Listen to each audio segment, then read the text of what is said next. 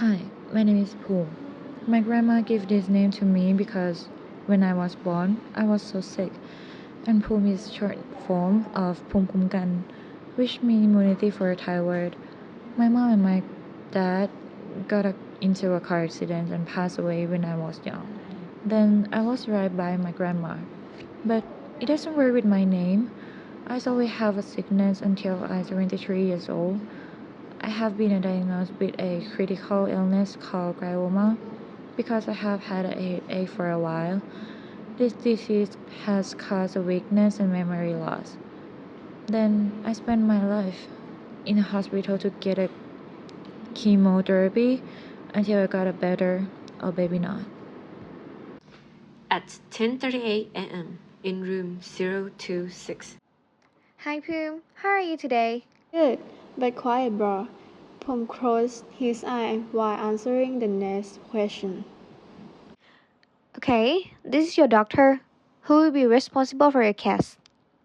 Hi, I'm Dr. Win Mehta.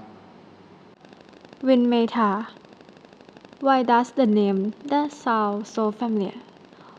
Pom wake up immediately to see his doctor.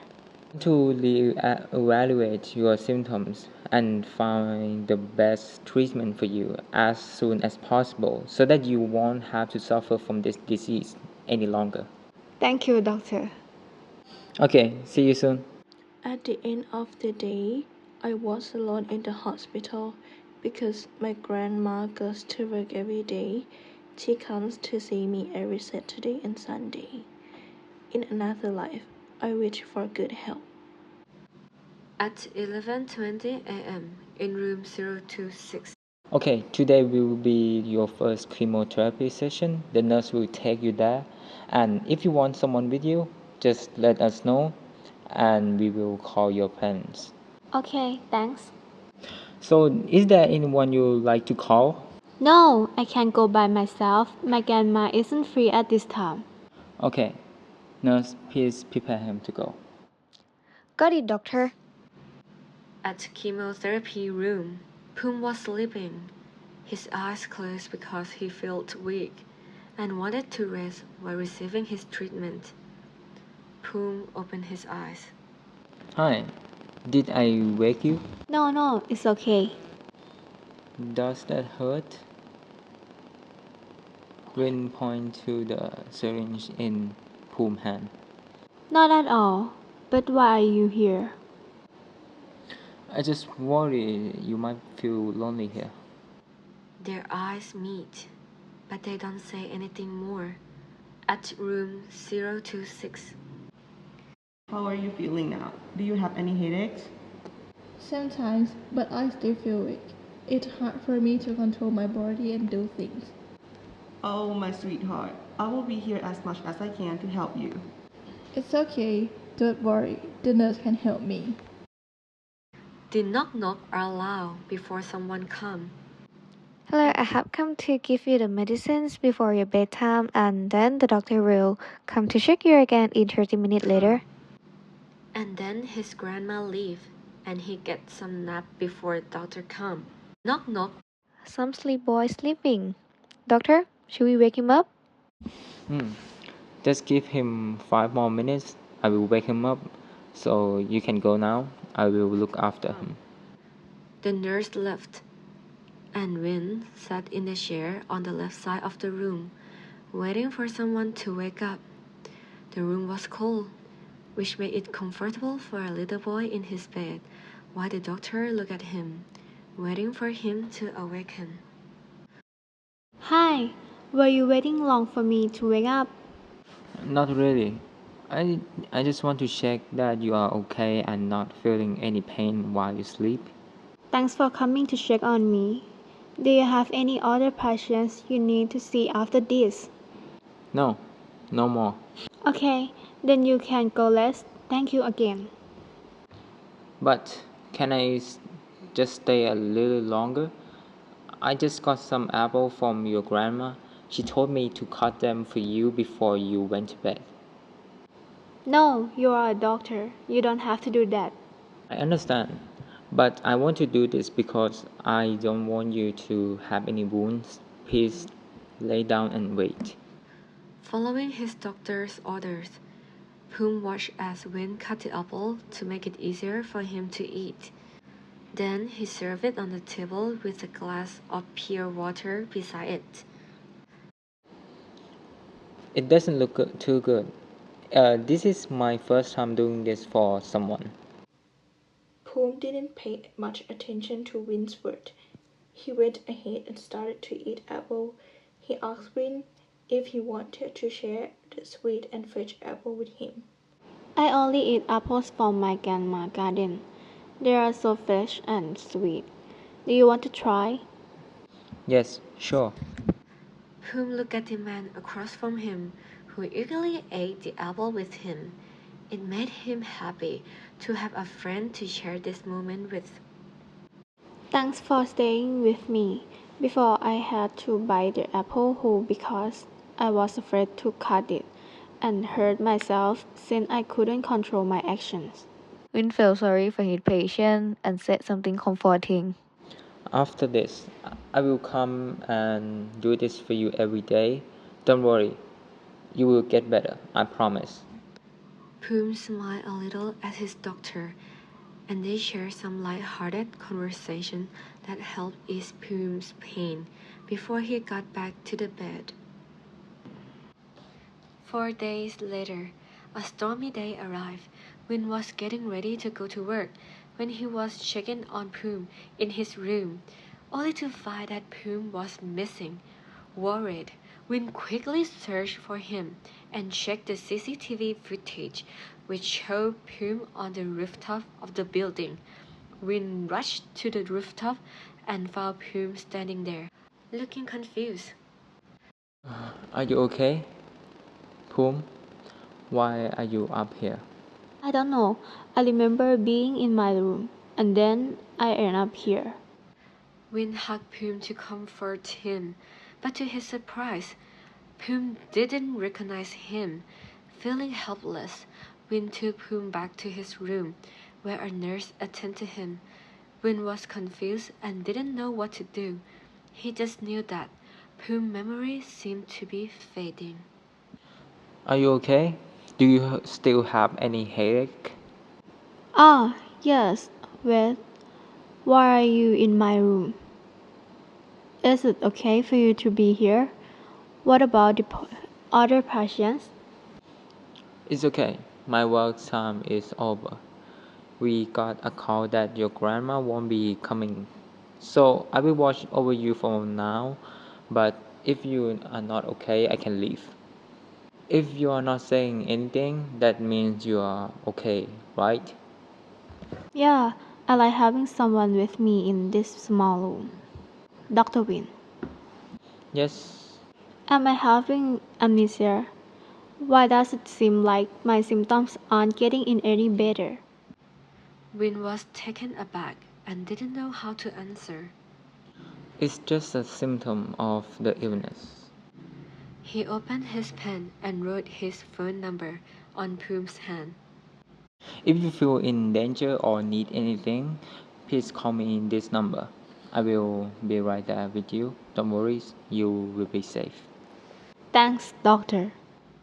Poom smiled wide upon hearing this and hugged Win immediately. He didn't know why he did that, but he felt safer than ever. Can't imagine if this smile will disappear.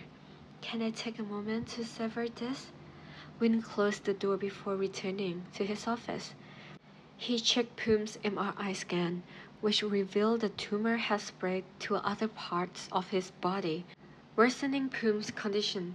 He realized that, despite his efforts, recovery would be challenging. Poom and Win were neighbors when they were young, but Poom can't remember Win at all. However, Win remembers everything and chooses to take responsibility for Poom's case when he saw Poom's name on the patient list at Grandma's house. Hi, my little boy. Why are you sitting out here? It's so hot. Come inside and sit down, please. I just walk, but my leg isn't responding well, so I'm resting here. I see some cars driving by, but I don't know who they are. Oh, I see. Maybe it's Win car. Wind? Who is that? I cannot remember. Win arrives at the house, carrying Poom's favorite dessert and some gifts for Poom's birthday. He had cancelled all his plans to celebrate Poom's birthday. Hello, Grandma. He hugged Grandma. Noticed that a little boy looked a bit angry. Hey, why are you looking at me like that? Are you jealous? Just go away from my grandma. Okay, calm down, honey. I will go prepare the food. As the sun sets, the temperature cools down. Win sits beside Poom, aware that Poom doesn't remember him. Do you remember me? No. Are you mad? Why are you so close to my grandma? Mad at you? Why would I feel that way? I don't know. So many people come to my house and talk to me like I know them, but I cannot remember at all. You remind me of the boy who was older than me, who played with me when I was young. What? Win is shocked because he didn't expect Poom to say this. It's because he has a scar on his arm like you do, and the names are the same too. So, are you him? Win is taken aback by Poom's question. He's not sure what to say, but he knows he must answer, or he may never get another chance to reveal the truth to Poom. Yes, that was me. He Win. The boy you played with when you were young is sitting right next to you. Win cheer up, feel happier than ever. Poom wipes away Win's tear and say, If I had known this, would you still come and play with me like before? Of course, I will be here whenever possible. Poom laughs and gives Win a soft hug before they celebrate his birthday.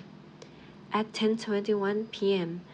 at Grandma's house, Thank you for the delicious dinner. Grandma, I need to head home. Wait, it's really late. I think you should sleep here tonight. Oh, that's true. But I don't have any clothes to wear. Don't worry, you can wear Poom's clothes, but you must share a room with him. The guest bedroom is a mess. I would rather you stay out of there. I heard you're going to stay here. Here are some clothes. Thanks. Are you okay with me being here? Yes, why not? We are neighbors.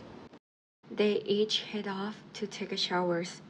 Afterward, Poom sits on his bed while Win checks his work on his phone, sitting on the sofa. So, how are you now? I'm 34 now. What? Why are you so old? I'm 33. Why are you so far apart in age? Haha, yes. But now we are very close, right? I will tell you. We'll sleep on the bed. I will share some space with you. No, I will sleep on the sofa. You can have the whole bed.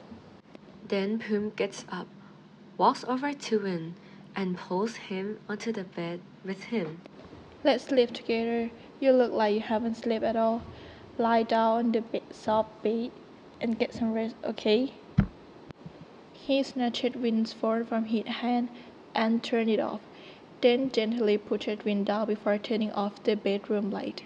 Good night. Same to you. A stormy day arrived. Win woke up to hear Poom's loud, irregular breathing, and he knew that it wasn't a good sign. He quickly drove to the hospital and went to the emergency room. Win and Poom's grandma waited for 3 hours before they were allowed to see Poom in the ICU. Win felt devastated when he saw that the person he had slept next to the night before was now on a ventilator. He led Poom's grandma into the room before trying to calm himself down. Overwhelmed, he collapsed to the floor, gasping heavily. When he regained consciousness, he found himself in the patient's room, where he was diagnosed with heart valve regurgitation. The treatment wasn't very complicated, a heart valve repair surgery. However, he didn't want to proceed with treatment until Win was feeling better. 1 a.m. the next day. Why are you still here? You should get some rest before work. The hospital advised me to stop working and rest before the surgery, but even if I went home, I wouldn't be able to sleep if I wasn't near him. Seeing Win's distress, Grandma understood that his feeling went beyond duty. He genuinely wanted to be there for survival of his loved one. Then sleep here. Go rest. I will take care of him. 8:13 a.m. Win woke up to the soft morning sunlight spilling into the room, creating a warm atmosphere. He got up and sat beside Poom's bed. Suddenly, Poom opened his eyes, and as both began to cry, Win pressed his forehead against Poom's, signaling their happiness at being reunited. Poom has been taken off the ventilator, and they were finally able to talk about what was about important to them. Are you still having chest pain? No, I'm never better than when I'm here with you. What? You are so cheesy. Who thought you that? Will you be cured of the disease once the surgery is complete? Yes, for sure. Do you want to get some fresh air outside? I can take you. Poom nodded in agreement. They headed to go to enjoy the sunlight and the morning air before Poom had to go to for more treatment. Poom turned to Win and asked, Let me ask you something. Why do you care for me so much? In response, Win raised his arm to show Poom the scar on his forearm. Poom looked puzzled, and Win explained. This scar is from when I protect a child from a motorcycle with my hand. That child asked me to protect him fever, even though it was a casual request. I chose to honor it, but those words come from the person I'm taking care right now. Win glanced at Poom and noticed tears falling down his cheeks. Poom then said, I remember you now. You are that person, the one I've always liked. Hearing this, Win smiled and replied, Thank you. I feel the same way. Even if you didn't remember me at all, I would still feel the same. At room 026. So, I'm the reason you become a doctor. I don't see the connection. Because I know that you get sick often. Whenever we play together, you always have a fever the next day, but in the end, I came to see you again. At least now I can be your personal doctor.